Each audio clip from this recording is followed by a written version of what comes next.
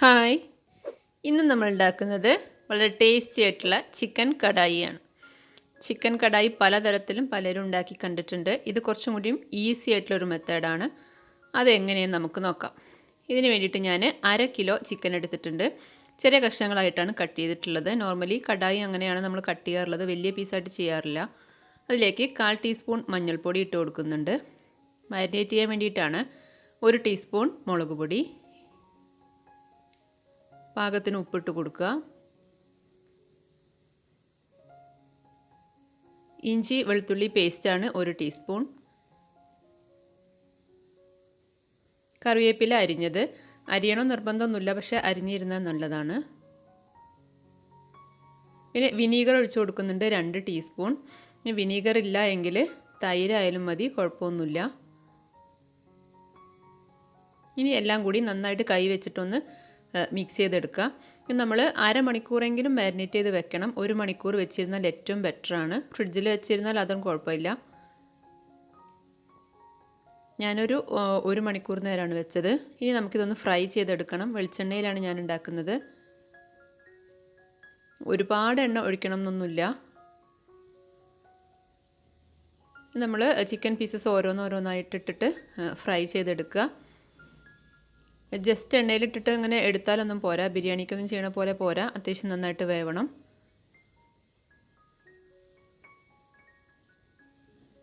Chicken പീസിൻ്റെ അകമൊക്കെ നന്നായിട്ട് വേവണം.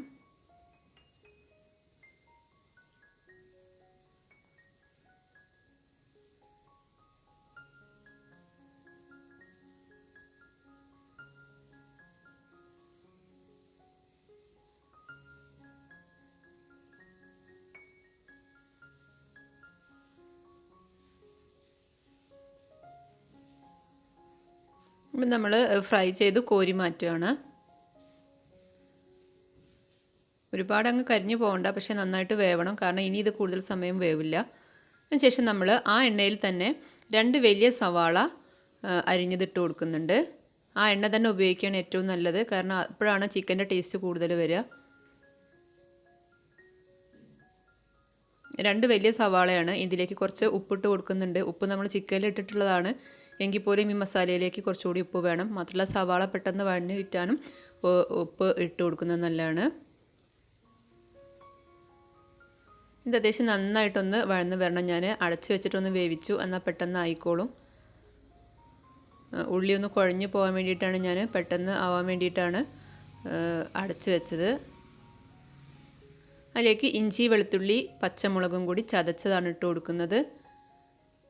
2 teaspoon ഇട്ടിട്ടുണ്ട്. നമ്മൾ ചിക്കൻ ഫ്രൈ ചെയ്യുമ്പോഴും ഇട്ടതാണ് ഇഞ്ചി വെളുത്തുള്ളി പേസ്റ്റ്, എങ്കിൽ ഇവിടെയും കൂടി വേണം, കാരണം കുറച്ച് സ്പൈസി ആയിട്ടുള്ളൊരു സംഭവമാണല്ലോ ചിക്കൻ കടായി. അപ്പോൾ ഇഞ്ചി വെളുത്തുള്ളി പച്ചമുളകും കൂടി ചതച്ചത് ഇട്ട് കൊടുത്തു. പിന്നെ കറിവേപ്പിലയാണ് ഇട്ട് കൊടുക്കുന്നത്. അതൊക്കെ ഓരോരുത്തരുടെ ഇഷ്ടത്തിനനുസരിച്ച് ഇട്ട് കൊടുക്കുക. ഉള്ളി അത്യാവശ്യം നന്നായിട്ട് തന്നെ വഴന്ന് വരണം. ബ്രൗൺ കളറൊന്നും ആവണം എന്നില്ല, എങ്കിൽ പോയി ഒരു സെമി ബ്രൗൺ കളർ ആവണം. 2 പച്ചമുളക് കീറിയതിട്ട് കൊടുത്തു. എരിവ് കൂടുന്ന പേടിയുള്ളവർക്ക് അത് ഒഴിവാക്കാം, നിർബന്ധമില്ല, പക്ഷേ ഉണ്ടായിരുന്ന ടേസ്റ്റാണ്. അതിനുശേഷം ഞാൻ 2 തക്കാളി വെള്ളമൊന്നും ചേർക്കാതെ മിക്സിയിൽ അരച്ചത് ചേർത്ത് കൊടുക്കുന്നുണ്ട്. ഒട്ടും വെള്ളം ചേർക്കരുത്, തക്കാളിയിൽ തന്നെ വെള്ളം ഉണ്ടാവും.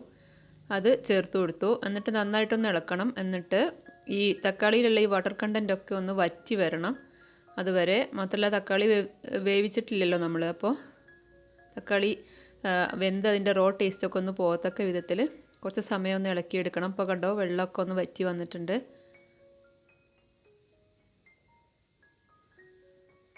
ഇപ്പോൾ മല്ലിച്ചപ്പാണ് ഇട്ട് കൊടുത്തത്. മല്ലിച്ചപ്പ് പുതിനയൊക്കെ ഉണ്ടെങ്കിൽ ഇട്ട് കൊടുക്കാം, നിർബന്ധമൊന്നുമില്ല. ഇട്ടിരുന്നാൽ നല്ല ടേസ്റ്റാണ്.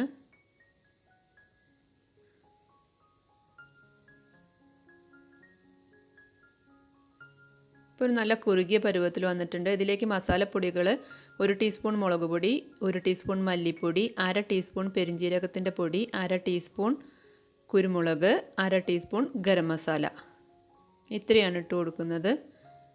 ചിക്കൻ മസാലയൊക്കെ വേണമെന്നുള്ളവർക്ക് ഇട്ട് കൊടുക്കാം, പക്ഷേ ഞാനത് ഇട്ട് കൊടുക്കുന്നില്ല. ഇത് ഈസി ആയിട്ട് സിമ്പിളായിട്ട് ചെയ്യാവുന്നൊരു രീതിയാണ്. ആ മസാലപ്പൊടികളുടെ റോ ടേസ്റ്റൊക്കെ ഒന്ന് മാറുന്നവരെ ഇളക്കിയെടുക്കുക. അതിനുശേഷം നമ്മൾ ഫ്രൈ ചെയ്ത് മാറ്റി വെച്ചിട്ടുള്ള ചിക്കൻ പീസസ് ഇട്ട് കൊടുക്കുകയാണ്. വെള്ളം ഒട്ടും ഒഴിക്കരുത്, പ്രത്യേകം ശ്രദ്ധിക്കുക, വെള്ളം ഒട്ടും ഒഴിക്കണ്ട. ഇനി നമ്മളിതിങ്ങനെ ഈ മസാലയിലൊക്കെ പൊതിഞ്ഞതിന് ശേഷം അടച്ച് വെച്ചിട്ട് ലോ ഫ്ലെയിമിൽ വെക്കുക. അപ്പോൾ വെള്ളമൊക്കെ അങ്ങനെ ഇറങ്ങി വരും. ഇപ്പോൾ കണ്ട ചെറുതായിട്ട് വെള്ളമൊക്കെ അങ്ങനെ ഇറങ്ങി വന്നിട്ടുണ്ട്. കുറച്ച് സമയം നമ്മൾ ഒരു 5 മിനിറ്റെങ്കിലും ലോ ഫ്ലെയിമിൽ അടച്ച് വെക്കണം. അപ്പോൾ ഒരു ഏകദേശം റെഡി ആയിട്ടുണ്ട്. 5 മിനിറ്റൊക്കെ വെച്ചാൽ മതി. ചിക്കൻ നമ്മൾ ഫ്രൈ ചെയ്തതാണ്. അപ്പോൾ ഞാൻ ഉപ്പൊന്ന് നോക്കുകയാണ്. നമ്മൾ ഫ്രൈ ചെയ്തപ്പോൾ ഉപ്പിട്ടിട്ടുണ്ട്, മസാലയിലും ഉള്ളി വഴറ്റിയപ്പോഴും ഉപ്പിട്ടിട്ടുണ്ട്. അപ്പോൾ കുറവ് തോന്നിയതുകൊണ്ട് ഞാൻ കുറച്ചുകൂടി ഒന്ന് ഇട്ട് കൊടുത്തു. വേണമെന്നുള്ളവർക്ക് ചെയ്താൽ മതി, നിർബന്ധമൊന്നുമില്ല. എന്നിട്ട് നന്നായിട്ടൊന്ന് മിക്സ് ചെയ്യുക. ലോ ഫ്ലെയിമിലിട്ടിട്ട് വേണം ഇതെല്ലാം ചെയ്യാൻ. ഉപ്പിട്ടതിന് ശേഷം ഞാൻ ഒന്നുകൂടി അടച്ച് വെച്ചു, കാരണം ഉപ്പ് അതിലേക്കൊന്ന് പിടിക്കണമല്ലോ, അതിന് വേണ്ടിയിട്ടാണ്. ഇപ്പോൾ അത്യാവശ്യം വെള്ളമൊക്കെ ഇറങ്ങി വന്നൊരു സെമി തിക്ക് ഗ്രേവി ആയിട്ട് വന്നിട്ടുണ്ട്.